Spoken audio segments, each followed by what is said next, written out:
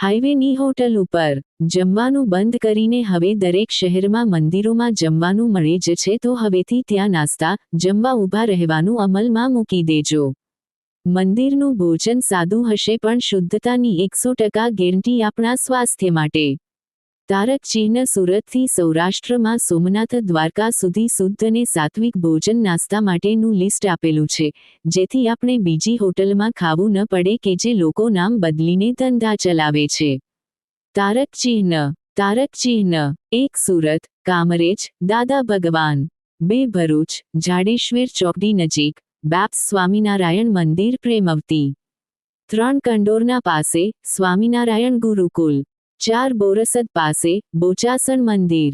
5 લીંબડી સ્વામિનારાયણ મંદિર પ્રેમવતી. 6 દર્શન hotel, Hindu hotel સારામાં સારી. 7 રાજકોટ ગોંડલ ચોકડી પાસે, બાપ્સ પ્રેમવતી. 8 ગોંડલ બાપ્સ અક્ષર મંદિર. 9 વીરપુર જલારામ મંદિર. 10 ચોટીલા જલારામ ટ્રસ્ટ ફ્રી ભોજન વ્યવસ્થા. 11 ખોડલધામ કાગવડ. 12 જૂનાગઢ બાપ્સ સ્વામિનારાયણ મંદિર પ્રેમવતી. 14 જૂનાગઢ ભવનાથ શિવ મંદિર ફ્રી ભોજન. 15 સતાધાર અપાગીગાની જગ્યા ફ્રી ભોજન. 16 આપાગીગાનો ઓટલો ચોટીલા ફ્રી ભોજન. 17 સોમનાથ મંદિર ટ્રસ્ટ. 18 જામનગર દ્વારકા રોડ, બાપ્સ સ્વામિનારાયણ મંદિર પ્રેમવતી. 19 કચ્છમાં આશાપુરા માતાનો મઢ મંદિર ટ્રસ્ટમાં ભોજન વ્યવસ્થા.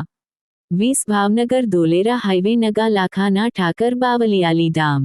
21 આ સિવાયના બાપ્સ સ્વામિનારાયણ અને અન્ય સ્વામિનારાયણ મંદિરોમાં ભોજન અને અન્ય ધાર્મિક સ્થાનો વાનગીઓ મળતી જ હોય છે, જેનો ચાર્જ ચૂકવો પડતો હોય છે, જે કોઈ ધંધાર્થે નહીં પરંતુ એક પબ્લિક ટ્રસ્ટના કારણે સરકારની ગાઈડલાઈન મુજબ હોય છે, અને આપણે હોટલોમાં રૂપિયા ચૂકવીએ પણ એમાં આચાર વિચાર અને સત્વિક ભોજન નથી હોતું, જ્યારે આમાં દર્શાવેલ તમામ સ્થળો એ સાત્વિક અને સારા આચાર વિચારવાળું હોય છે. 21 જૈનોના તમામ તીર્થ અને દેરાસરમાં જતા લોકોને ખબર જ છે, દરેક જગ્યાએ અને તાલુકા કક્ષાએ વિવિધ જ્ઞાતિઓની તેમજ હાઈવે પરના જૈન તીર્થસ્થાનોમાં ભોજનશાળા હોય છે, ત્યાં પણ શુદ્ધ સાત્વિક સ્વાસ્થ્યપ્રદ અને નહિવત પૈસામાં ઉત્તમ કક્ષાના ભોજન પીરસાય જ છે.